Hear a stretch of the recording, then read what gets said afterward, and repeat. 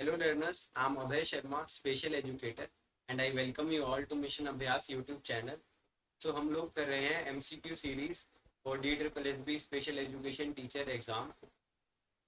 उसी सिलसिले में मैं आज लेकर आया हूँ आपके लिए पार्ट 3। पार्ट 1 एंड 2 अगर आपने नहीं देखा है तो जाइए और देखिए, अभी उसका लिंक आपको डिस्क्रिप्शन में मिल जाएगा या फिर प्लेलिस्ट में भी जाकर आप लोग चेक कर सकते हैं। तो चलिए फिर आज की क्लास स्टार्ट करते हैं। आज मैं आपके लिए लेकर आया हूँ मेंटल इलनेस के कुछ चुनिंदा एग्जाम ओरिएंटेड क्वेश्चंस, जो कि एग्जाम में DSSB एग्जाम के लिए बहुत ज़्यादा इंपॉर्टेंट है। तो चलिए फिर आज की क्लास। तो question 1 is, what is Manodarpan? Manodarpan क्या है? Option A is mental disorder यानी मानसिक विकार। Option B psycho social support by government यानी सरकार द्वारा मनोसामाजिक सहायता। Option C mind reading software, या option D is none of the above यानी उपरोक्त में से कोई नहीं। So Manodarpan basically it is not a mental disorder. Manodarpan जो है मेंटल डिसऑर्डर नहीं है, ना ही ये कोई माइंड रीडिंग सॉफ्टवेयर है, and none of the above भी नहीं है इसका आंसर। तो here the right option is option B, that is psycho social support by government. तो चलिए फिर मनोदर्पण के बारे में थोड़ा सा और जानते हैं। Monodarpan is basically an online platform for psychosocial support for mental health and well-being of students during COVID-19 outbreak and beyond. So during Covid जो है मेंटल हेल्थ एंड वेलबींग की स्टूडेंट्स को बहुत ज़्यादा ज़रूरत थी। स्टूडेंट्स को काफ़ी ज़्यादा सपोर्ट नीडेड था during Covid. So during Covid Manodarpan जो है प्लेटफॉर्म उसको लॉन्च किया गया। इसकी लॉन्चिंग डेट थी 21 जुलाई 2020, जिसके तहत गवर्नमेंट ने टोल फ्री नंबर भी एक जारी किया था। मनोदर्पण के तहत गवर्नमेंट ने पोस्टर्स के थ्रू, पॉडकास्ट के थ्रू, वीडियोस के through mental health and wellness को लेकर अपनी जो है चिंता व्यक्त की थी और एक प्लेटफॉर्म प्रोवाइड किया था जहाँ पर आप लोग अपना साइको सोशल सपोर्ट ले सकते हैं from the counsellors, from the psychologist, और अपनी मेंटल हेल्थ को बेटर रख सकते हैं। तो दिस वाज द रीज़न जिस वजह से मेंटल हेल्थ को बेटर रखने के लिए मनोदर्पण को लॉन्च किया गया।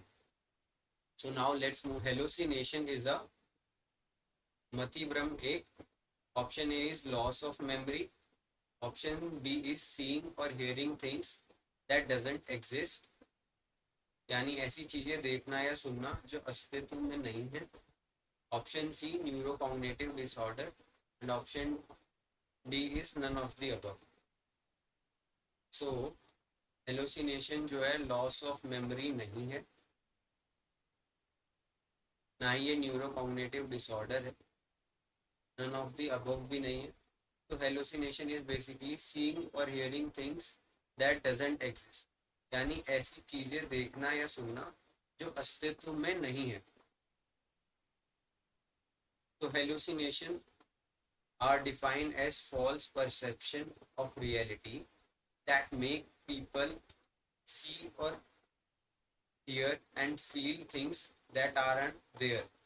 सो हेलोसिनेशन में बेसिकली क्या होता है, फॉल्स परसेप्शन जो है व्यक्ति, जो अफेक्टेड पर्सन है वो बना लेता है किसी भी चीज़ को लेकर, उन चीज़ों को लेके फॉल्स पर्सपेक्टिव बना ले, फॉल्स परसेप्शन जो है अपने आप माइंड बनाने लगता है।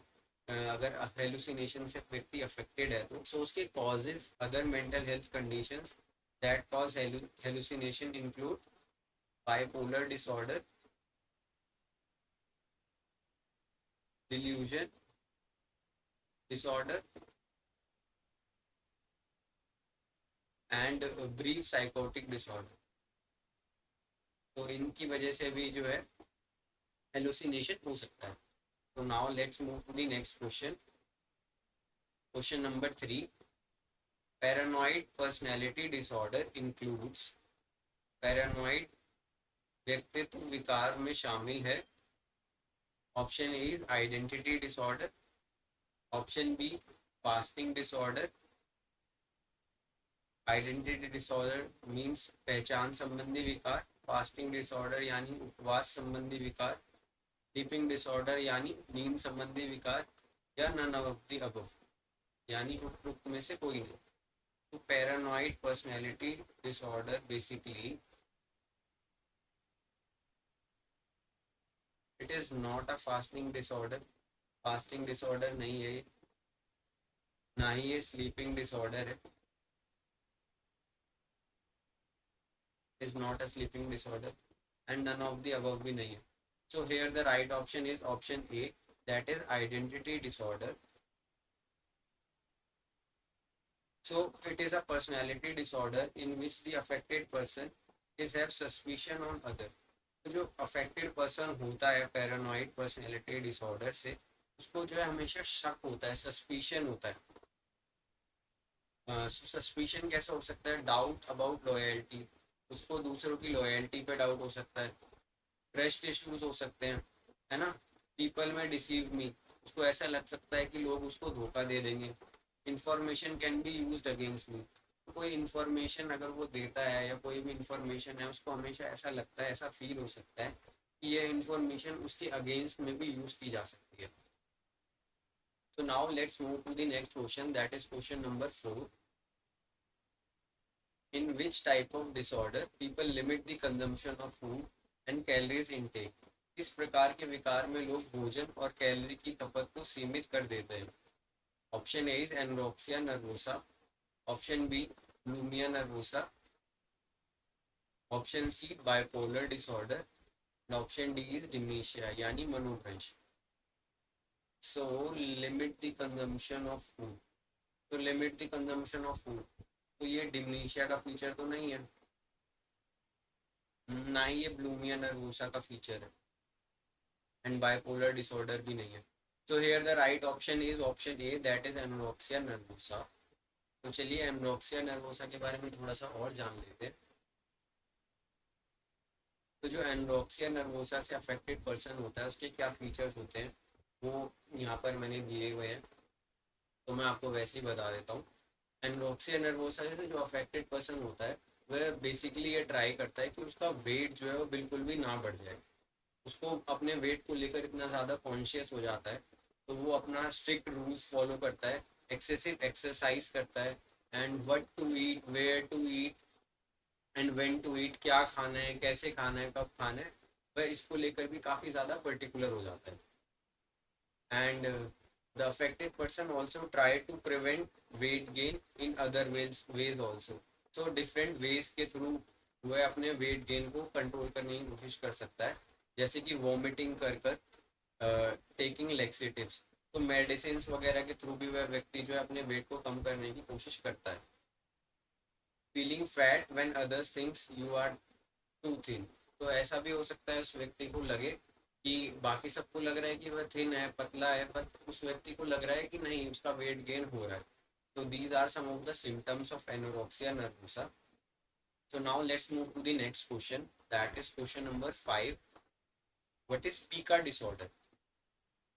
Option A is frequent eating of food यानी बार बार खाद्य पदार्थ खाना, option B frequent eating of non food items यानी बार बार गैर खाद्य पदार्थ खाना, option C drinking water excessively यानी अत्यधिक पानी पीना, and option D obsessive compulsive disorder यानी जुनूनी बाध्यकारी विकार। तो pica disorder basically is not obsessive compulsive disorder. तो पीका डिसऑर्डर जो है ऑब्सेसिव कंपल्सिव डिसऑर्डर नहीं है, ना ही इसमें ड्रिंकिंग ऑफ वाटर एक्सेसिवली होता है, ऐसा भी नहीं होता है इसमें, and frequent eating of food, तो फ्रीक्वेंट ईटिंग ऑफ फूड भी नहीं होता है। So here the right option is option B, that is frequent eating of non food items. So pica disorder में बेसिकली क्या होता है, क्रेविंग होती है जो नॉन फूड आइटम्स होते हैं उनको खाने की, जैसे कि clay, ice, soil and paper. तो आप इस इमेज में देख सकते हैं, द जो बच्चा है वो बेसिकली पेपर खाने की कोशिश कर रहा है। तो जो लो न्यूट्रिशनल वैल्यू फूड होता है या जिसमें कोई वैल्यू नहीं होती, नो न्यूट्रिशनल होता है, उस तरीके की चीज़ें खानी पसंद होती हैं जो अफेक्टेड पर्सन होता है पीका डिसऑर्डर से. तो now let's move to the next question. तो question number 6 is, in which type of disorder people consuming large amount of food in a short span of time then indulge in self-induced vomiting, fasting और excessive exercise. इस प्रकार के विकार में लोग कम समय में अधिक मात्रा में भोजन करते हैं, फिर स्वयं प्रेरित उल्टी, उपवास या अत्यधिक व्यायाम करते हैं. So option A is intermittent explosive disorder, यानी अनिरंतित विस्फोटक विकार. Option D dementia. Option C kleptomania. Option D bulimia nervosa. So इसका आंसर है option D, that is bulimia nervosa. क्योंकि आपने एनरोक्सिया नर्वोसा के बारे में जाना है, तो उससे काफ़ी ज़्यादा रिलेटेड है ब्लूमिया नर्वोसा. थोड़ा सा डिफरेंस है बस, वो भी मैं आपको बताऊंगा. So here the right option is option D bulimia nervosa. ये फीचर सिर्फ ब्लूमिया नर्वोसा में होता है, ना कि डिमनीशिया डिसऑर्डर में, ना ही इंटरमिटेंट एक्सप्लोसिव डिसऑर्डर में, ना ही क्लिप्टोमेनिक में. तो चलिए अब इसके बारे में थोड़ा सा और जानते हैं. ब्लूमिया नर्वोसा और bulimia is a potentially a life threatening eating disorder. People with this condition binge ईट.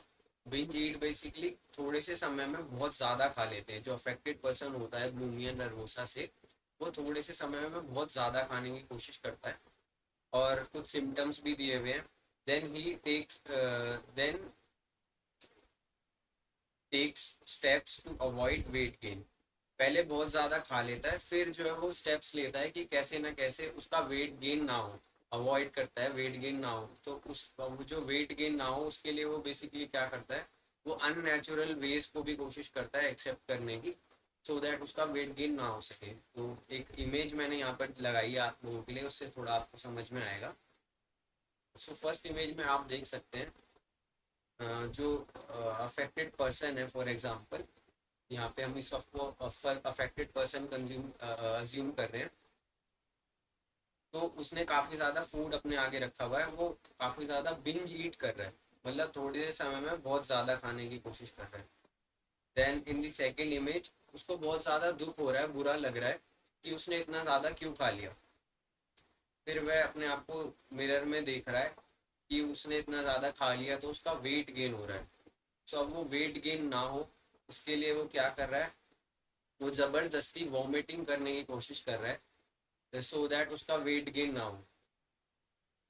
फिर वो डाइट पिल्स, जो फिर नेक्स्ट इमेज है उसमें दिखाया गया, बेसिकली वो डाइट पिल्स भी ले लेता है, सो दैट उसका वेट गेन ना हो, वेट कंट्रोल रह सके. फिर वो जो है एक्सेसिव एक्सरसाइज करता है टू प्रिवेंट वेट गेन. तो this is what happen in bulimia nervosa. Question number 7 is, what is hypersomnolence. Hypersomnolence क्या है. तो option A is teasing others, दूसरों को चिढ़ाना. एक्सेसिव स्लीपीनेस, अत्यधिक नींद आना. एक्सेसिव एंगर, यानी अत्यधिक क्रोध. और option D is none of the above, उपरोक्त में से कोई नहीं. So hypersomnolence is none of the above, तो आंसर है नहीं इसका. तो अब बताओ इसमें से क्या होगा. टीजिंग अदर्स, टीजिंग अदर्स भी इसका ऑप्शन नहीं. Neither excessive anger. So here the right option is option B, that is excessive sleepiness. तो जो अफेक्टेड पर्सन होता है हाइपर सोमनोलेंस से, वो कुछ इस तरीके, उसके फीचर्स कुछ इस तरीके से होते हैं basically. Excessive sleepiness after 7 hour और मोर क्वालिटी स्लीप. सो अगर नींद पूरी हो गई है, 7 आवर्स की स्लीप ले लिया या क्वालिटी स्लीप ले लिया, उसके बाद भी हर समय जो है स्लीपीनेस फील होती है, हमेशा नींद आती रहती है. जैसे कि इस तरीके से आप देख सकते हैं, कुछ भी काम करते हुए नींद आना, या हर समय भी आपको स्लीपीनेस फील हो सकती है. Examples include lack of sleep, jet lag, extreme exertion, बहुत ज़्यादा थकान होना, या ईटिंग अ लार्ज मील, तो बहुत ज़्यादा थकान की वजह से या स्लीपीनेस फील होने की वजह से लार्ज मील्स भी कंज्यूम कर सकता है, ऐसा अफेक्टेड जो पर्सन होता है वो. So now let's move to the next question. Question number 8. Which of the following is the feature of mental health act 2017? निम्नलिखित में से कौन सा वर्ष मानसिक स्वास्थ्य अधिनियम 2017 की विशेषता है? So option A is decriminalisation of suicide, यानी आत्महत्या को अपराध से मुक्त करना. Option D is putting behind the bars to the mentally retarded, सलाखों के पीछे डालना. 5,000 ग्रांट्स टू द अफेक्टेड, 5,000 का अनुदान. And option D is all of the above. तो देयर आर सम स्टूडेंट्स जो शायद कहेंगे all of the above answer होगा, but all of the above answer नहीं है. मैंने देखा है अपने कुछ फ्रेंड्स के बारे में भी मैं बताना चाहूंगा, जो उनको अगर ऑप्शन में कहीं पर भी ऑल ऑफ द अबव दिख जाता है तो they are like all of the above should be the answer, but all of the above यहाँ पर आंसर नहीं है. So all of the above is not the answer. Putting behind the bars to the mentally retarded, तो ऐसा भी नहीं है, तो टोटली नेगेटिव है. 5,000 ग्रांट्स टू द अफेक्टेड, तो नहीं, ये भी आंसर नहीं है. तो here the right option is decriminalization of suicide, that is option A. तो अब मेंटल हेल्थ एक्ट जो 2017 है उसके बारे में थोड़ा सा देख लेते हैं. Mental health care act 2017, features of the act. तो first feature is decriminalisation of suicide, यानी आत्महत्या को अपराध से मुक्त करना. फिर है next is restrictions on use of electro convulsive therapy and psycho surgery, यानी साइको सर्जरी और इलेक्ट्रोकॉन्वलिक थेरेपी. तो ये बेसिकली होता है, इसको हम इलेक्ट्रिक शॉक थेरेपी भी कहते हैं. तो इससे रेस्ट्रिक्शंस या इस पे रोकथाम की बात भी की गई है इस एक्ट के अंदर. Special clauses for women and children related to admission, treatment, sanitation and personal hygiene. तो नॉमिनेटेड रिप्रेजेंटेटिव जो है उसके बिहाव पे डिसीजन ले सकता है या उसको एडवाइस कर सकता है डिसीजन मेकिंग में. सो this is what nominated representative means. So last feature is provision of advance directive. तो advance directive, जो provision of advance directive यहाँ पर बताया गया है वो बेसिकली ये है कि एक तरीके से मेडिकल विल की बात की गई है.